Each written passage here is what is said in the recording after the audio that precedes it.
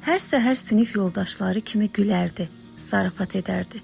Müəllim dərsə girəndə hər zaman ön sırada oturardı. Bir gün sinifə gəlmədi. Dedilər xəstələnib, sonra dedilər şəhərdəki pis yollara düşüb. Sonra bir gün məktəbin qapısına qara lent bağlandı. Onun stulu indi boşdu. Müəllim hər dəfə sinifə girəndə baxışları o stulda ilişib qalır. Dostları gülərkən kimsə gülə bilmir. Çünki o stulda oturan bir vaxtlar gənc bir həyat var idi.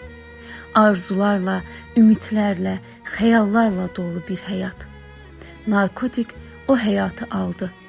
O stul indi xatırladır ki, hər seçim bir iz buraxır. Bəzən bir insanın yoxluğu bir sinifi dəyişdirir və bəzən bir bəli sözü bir ömrü silir.